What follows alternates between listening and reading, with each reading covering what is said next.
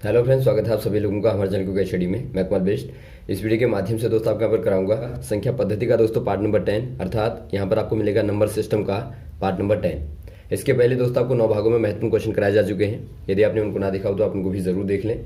तो यहाँ पर बात करेंगे दोस्तों वास्तविक संख्याओं का जोड़, घटाना, गुणा और भाग की, और साथ में दोस्तों वर्गमूल की भी बात करेंगे। किस प्रकार से आप ज्यामिति के आधार पर वास्तविक संख्याओं का वर्गमूल निकालते हैं। तो देखिए, शुरू करते हैं। आराम से आप कॉपी और पेन निकाल लें। वास्तविक संख्याओं का यदि जोड़ की बात करें दोस्तों, आपको हमने बताया था वास्तविक संख्याओं में जो आपकी होती हैं वो परिमेय और अपरिमेय संख्याएं होती हैं।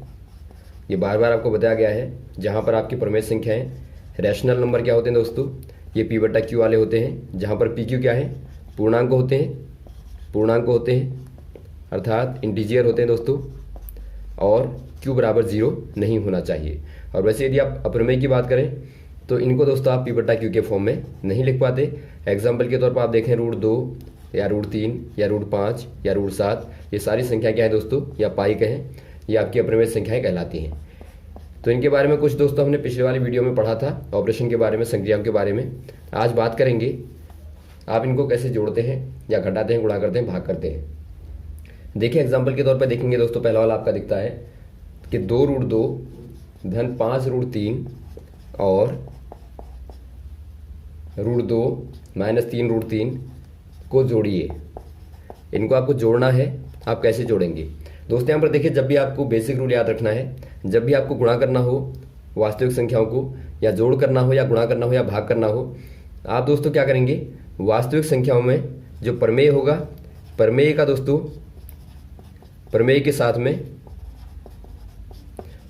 में क्या करेंगे आप दोस्तों, संक्रिया करेंगे।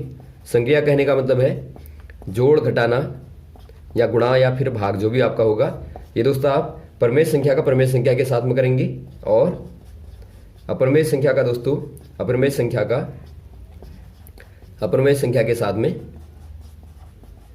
के साथ में करेंगे। तो ये आप ध्यान देंगे कि जो आपकी अपरमेय संख्याएं हैं वो अपरमेय संख्या के साथ में ही जुड़ेंगी दोस्तों, जुड़ेंगी या फिर घटेंगी, जो भी होगा, जो भी ऑपरेशन आपको करना होगा। तो यहाँ पर देखिए, आपको जोड़ना है तो आप क्या करेंगे, पहला काम आप करेंगे, इनको लिख लेंगे दोस्तों। ये पूरा आपका एक नंबर होता है। आपको हमने बताया था कि आप इस प्रकार से भी अपरिमेय संख्याओं को, वास्तविक संख्याओं को लिख सकते हैं।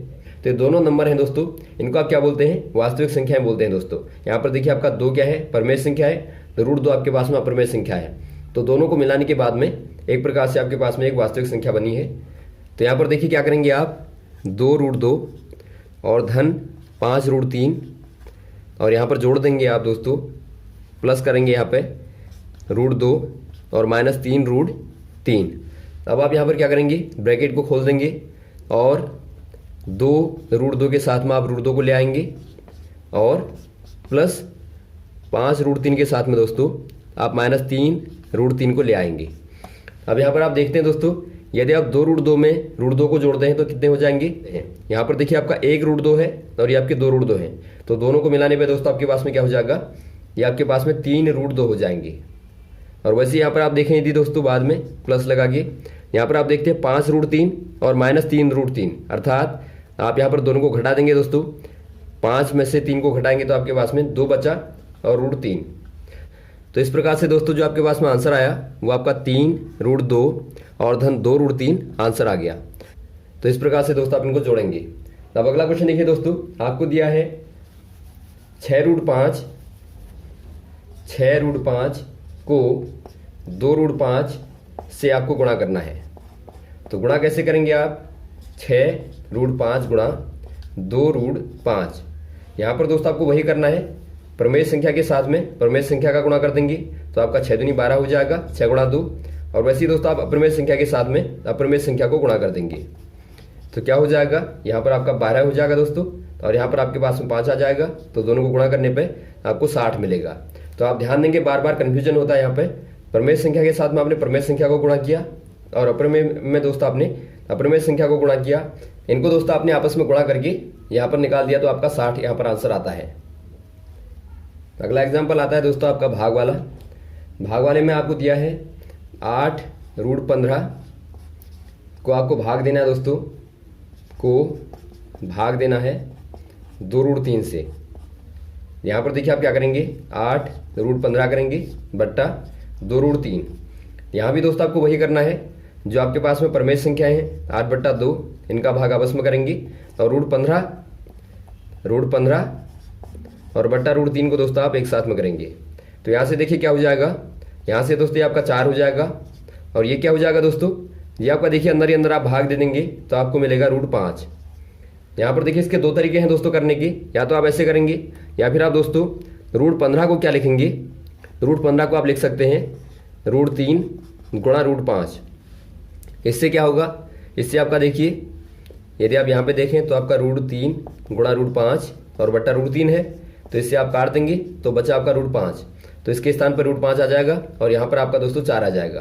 तो भी आंसर आपको यही मिलेगा। ये दोस्तों आपके दोनों तरीके हैं, जो भी आपको सही लगे उससे आप कर सकते हैं। अब दोस्तों बात करते हैं किस प्रकार से आप वास्तविक संख्याओं का वर्गमूल निकालते हैं। दोस्तों बात करते हैं वास्तविक संख्याओं का वर्गमूल आप कैसे निकालते हैं। ध्यानपूर्वक देखेंगे, square root of real numbers. यहाँ पर देखिए दोस्तों आपको ज्यामितीय विधि से बताएंगे। पहले आप बेसिकली समझ लेंगे कि जो आपका वर्गमूल होता क्या है। मान लीजिए दोस्तों आपको दिया है √b बराबर a, या फिर आप कहें a बराबर √b।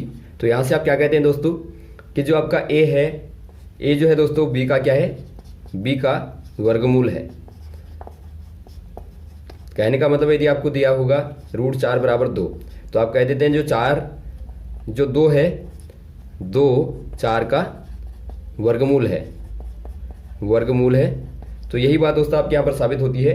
तो आप दोस्तों यदि आप एल्जेब्रिकली बोलें तो आप कह देते हैं √b बराबर a या फिर a बराबर √b, जहाँ पर a जो है b का वर्गमूल होता है। तो यहाँ पर दोस्तों आप किस प्रकार से ज्यामिति के आधार पर इसको निकालते हैं उसको आपको यहाँ पर बताएंगे। बहुत ही महत्वपूर्ण मेथड है, आप ध्यान देंगे। यहाँ पर मान लीजिए दोस्तों, माना आपको निकालना है √x का मान, आपको निकालना है दोस्तों, मान निकालना है। तो कैसे निकालेंगे आप, देखिए पहला स्टेप आपको क्या करना है, पहला स्टेप आप क्या करेंगे दोस्तों, x की माप का दोस्तों एक रेखाखंड खींच लेंगे, एक रेखाखंड लेंगे। रेखाखंड कहने का मतलब है दोस्तों आपने 2 बिंदु लिए, एक बिंदु यहाँ पर आपका a हो गया, दूसरा बिंदु दोस्तों आपका b हो गया, और इन दोनों के बीच की माप जो होगी वो क्या हो जाएगी, वो आपके पास में x हो जाएगी। दूसरा काम क्या करेंगे दोस्तों आप, ये आपका पहला स्टेप हो गया। दूसरा काम आपको करना है सेकंड वाले स्टेप में, आप बिंदु B से 1 इकाई का अर्थात 1 यूनिट का, 1 यूनिट कहने का मतलब है दोस्तों आपका 1 इकाई। 1 इकाई कहने का मतलब क्या होता है दोस्तों, ये आपका जो लाइन की माप होगी वो दोस्तों आपकी, यदि आप सेंटीमीटर में लेंगे तो आप 1 सेंटीमीटर लेंगे, यदि आप मीटर में लेंगे तो आप 1 मीटर में लेंगे, यदि आप किलोमीटर में लेंगे तो आप 1 किलोमीटर लेंगे, या फिर जो भी आपका दूरी का मात्रक होगा उसके आधार पर ही दोस्तों आप केवल 1 लेंगे। तो इसीलिए आप कहते हैं 1 इकाई। तो यहाँ से लेके यहाँ तक की माप को आप मान लें दोस्तों BC। तो आपने क्या किया, आपने दोस्तों B से 1 यूनिट का दोस्तों एक लाइन ली, रेखा ली दोस्तों, आप रेखा कहेंगे, रेखा ली आपने BC। ये आपका सेकंड वाला स्टेप हो गया। उसके बाद आप क्या करेंगे दोस्तों, थर्ड वाले स्टेप में यहाँ पर आप A और C का, AC का मध्य बिंदु ले लेंगे, AC का मध्य बिंदु निकाल लेंगे दोस्तों। मध्य बिंदु आपने निकाला, AC का मध्य बिंदु कैसे निकालेंगे आप, A और C की माप लेंगे, बट्टा 2 कर देंगे, तो आपके पास में बिंदु बीचों बीच में आएगा दोस्तों O बिंदु। तो इसको आप नाम देंगे दोस्तों बिंदु O। तो यहाँ पर O हो गया। O को दोस्तों आप केंद्र मान के, अगले वाले स्टेप में आप क्या करेंगे, O को केंद्र मानकर अर्धवृत्त खींच लेंगे। अर्धवृत्त दोस्तों आप खींचेंगे, अर्थात एक आप सेमी सर्कल खींच लेंगे। तो देखिए आपका इस प्रकार से मिलेगा, यदि आप खींचेंगे तो आपको इस प्रकार से दोस्तों ये यहाँ पर सेमी सर्कल मिलेगा। ये आपका सेमी सर्कल हो गया। उसके बाद आप क्या करेंगे दोस्तों, बिंदु B को, यहाँ पर देखिए आप 5वां स्टेप करेंगे, बिंदु B को आधार मानकर एक दोस्तों आप लंब खींच लेंगे। एक लंब खींचने पर ये दोस्तों आप लिख लेंगे, लगातार लिखने की आवश्यकता यहाँ पर ज़्यादा है नहीं, आपको बताया जा रहा है तो आप लिखते रहेंगे, जो आपका याद रखने के लिए आपको यहाँ पर सहूलियत मिलेगी। तो देखिए आप यहाँ पर लंब खींच दिया आपने, तो ये आपका यहाँ पर आप मान लेंगे बिंदु D मान लेंगे यहाँ पे, तो ये आपके पास में BD आ गया। तो BD आपके पास में दोस्तों एक लंब आ गया। तो ये जो BD है दोस्तों, ये BD ही आपका क्या होता है, √x को दिखाता है। तो यदि आप ज्यामिति में देखें, जो आपका वर्गमूल होता है, x क्या था आपके पास में, x दोस्तों आपके पास में कोई वास्तविक संख्या थी, वास्तविक धनात्मक संख्या थी आपके पास में, धनात्मक पूर्णांक था। तो आपने क्या निकाला दोस्तों, x का वर्गमूल यदि आपने निकाला तो आपका ये हो जाएगा। यदि आपका x ये है यहाँ से लेके यहाँ तक का, तो इसका जो वर्गमूल होगा दोस्तों वो आपका यहाँ से लेके यहाँ तक का होगा। तो इसका आप क्या कहते हैं, इसको आप रूट x बोलते हैं। यदि आपको प्रूफ करना हो तो आप प्रूफ कैसे करेंगे, देखिए इसको आप प्रूफ करके देख लेंगे दोस्तों। आप यहाँ पर थोड़ा सा डैश करके एक यहाँ पर विकर्ण ले लेंगे इस प्रकार से। अब आप यहाँ पर क्या देखते हैं, ये दोस्तों आपका एक प्रकार से त्रिभुज बन गया, इसको आप मिटा लेंगे। ये दोस्तों आपके पास में यदि आप देखें ODB को, त्रिभुज ODB जो है ये दोस्तों आपके पास में समकोण त्रिभुज आ गया, समकोण त्रिभुज आ गया। तो यहाँ पर आप दोस्तों पाइथागोरस का प्रमेय लगा सकते हैं। तो पाइथागोरस प्रमेय से दोस्तों क्या हो जाएगा, पाइथागोरस प्रमेय को आप यदि अप्लाई करें तो आपका OD जो है कर्ण है, तो OD का वर्ग बराबर हो जाएगा OB का वर्ग और धन BD का वर्ग। तो यहाँ पर आपको क्या प्रूफ करना है दोस्तों, आपको प्रूफ करना है कि जो आपका BD है वो आपका रूट x होना चाहिए। तो इसको आपको प्रूफ करना है। तो आप क्या करेंगे, पहला काम देखिए दोस्तों, आप निकाल लेंगे इनको, जो आपका OD है और OB है उसको आप निकाल लेंगे। OD क्या है दोस्तों, OD बराबर क्या है, केंद्र से लेके परिधि तक की दूरी जो आपकी होती है वो आपकी दोस्तों त्रिज्या होती है। तो यहाँ पर आप देखें OD कहें या फिर आप कहें दोस्तों AO कहें या फिर आप देखें OC, तो ये सारी क्या है दोस्तों, ये त्रिज्याएं हैं। क्योंकि त्रिज्या एक आप वृत्त में देखते हैं, ये दोस्तों आप कितनी भी ले लें लाइनों को, ये सारी की सारी क्या है, त्रिज्या को दिखाती हैं जो केंद्र से लेकर परिधि तक की दूरी होती है। तो ये सारी आपके पास में रेडियस है दोस्तों। तो इनको आप क्या कह देंगे, त्रिज्या जो है वो आपकी क्या हो जाएगी दोस्तों, यहाँ से लेके यहाँ तक की दूरी। तो आप देखते हैं यहाँ से लेके यहाँ तक आपका x है और यहाँ से लेके यहाँ तक आपका 1 है +1 और बट्टा 2 कर देंगे दोस्तों, तो इसका आधा हो जाएगा त्रिज्या। तो यहाँ पर आपके पास में आ गया जो आपका OD का मान है x/1/2।